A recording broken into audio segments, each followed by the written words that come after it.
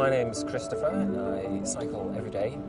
London traffic for me is the most intense traffic. I am extremely kind of careful around trucks. It's not a good mix, it's not a good match. My name's Darren, I'm a tipper driver and I've been driving tippers for about 10 years. The limitations I have driving the lorry around London is that I'm very high up and the cyclists are low down and there's lots of blind spots around the vehicle.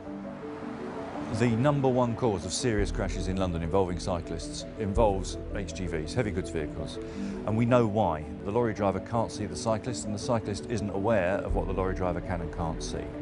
So what we do is we get the cyclist to sit in the cab of a lorry and explain how these crashes tend to happen and, crucially, how to avoid them.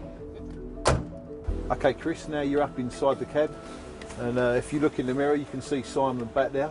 He'll move to the first blind spot. Great. And he's gone now from the top mirror completely. You can barely see him in the bottom mirror either. If Simon moves forward a bit more, there's another blind spot there. And he's gone now. And if Simon moves across the front, this is the trouble with pedestrians as well. You just can't see them. You can't. I could not see him. He's moved forward a good 6 foot and he's made eye contact with you, so you both now know you've both seen each other.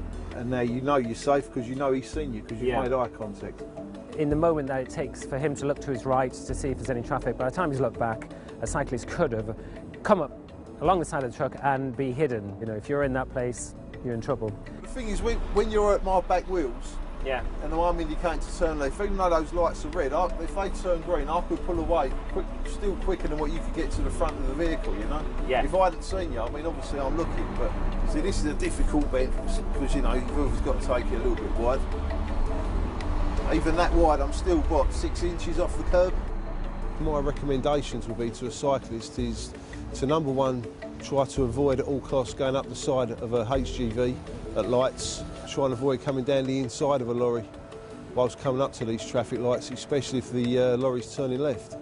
Having had this day, there's certain things I can do which would be really easy. I definitely will be wearing a visible top. A truck driver's going to pick you up, they know you're there, you're in a much better position, really. I'm now going to jump on a bike and have a little cycle around London and see it from the cyclist's point of view. The more space a lorry has left you, the more likely it is he's going to turn left. The more tempting it looks, the more dangerous it is. My key message is that these crashes are avoidable. We're not talking about massive changes to the way we ride our bikes, we're talking about a few sensible precautions.